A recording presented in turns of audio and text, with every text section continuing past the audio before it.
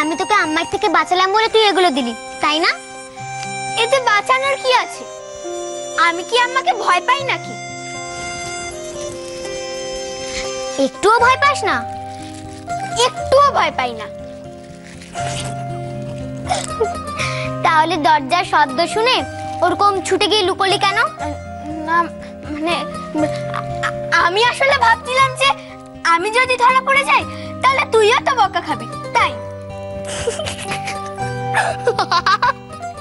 আমি সব বুঝেছি। আচ্ছা, তুই তখন কি করে বুঝলি যে ওটা আম্মাই আসছে? আমি তো বুঝতে পারিনি। আমি সব বুঝি। তিসির সাথে পেরে ওঠা অত সহজ নয়। লেখা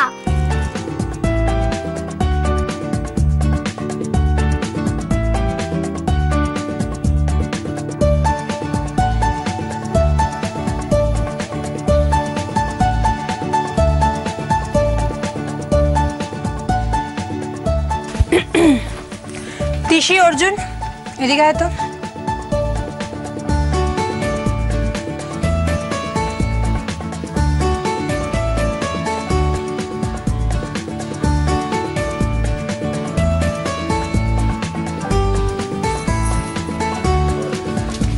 আরে ভয় নেই, কেউ কিচ্ছু বলবে না।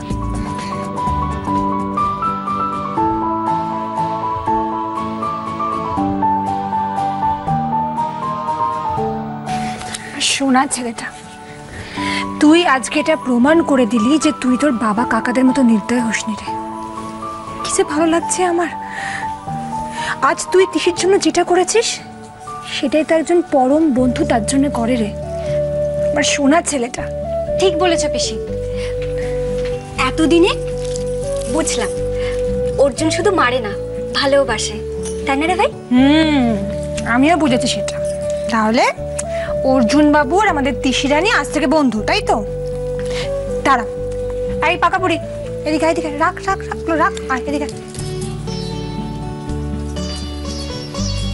দেখি আপনার হাতটা, দেখি। এই যে আজ থেকে দুজনে বন্ধু। কখনো না। আমি কি ওর সঙ্গে বন্ধুত্ব করবো বলে ওর কাছে গেছিলাম নাকি? তাহলে কেন গেছিলি যে ভাই? তোরও বুঝি আমাদের মতন তিসির জন্য মন কেমন করছিল? মোটেই না। ওর জন্য আমার মন কেমন করতে বয়েই গেছে।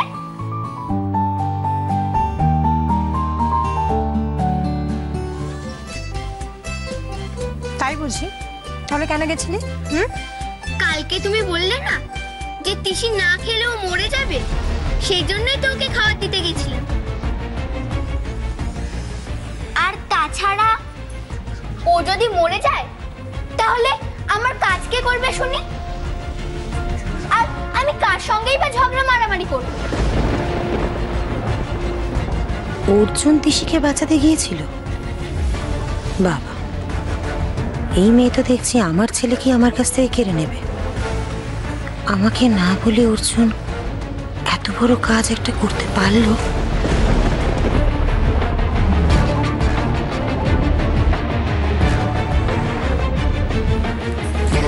দেখেছো পিসি, ও একদম পাল্টায়নি। তোর পাখি না রে। ও বাবা, কি হয়েছে আমার পাকা বুড়ি? কি এত ভাবছে? আমার ভালো মা কোথায় পিসিমণি? একবার তো দেখা হয়নি ভালো মার সাথে।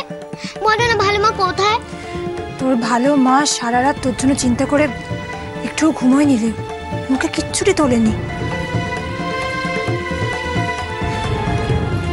খায়নি? হ্যাঁ রে তিসি, কারোর কোনো কথাতে কিচ্ছু খাচ্ছে না, শুধু তোর কথা বলছে।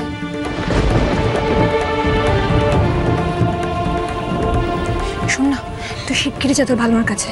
তুই বোঝালে ও ঠিক বুঝবে। ওকে বুঝিয়ে সুঝিয়ে কিছু খাইয়ে দিবি, কেমন? যা যা, শিগগিরই যা যা।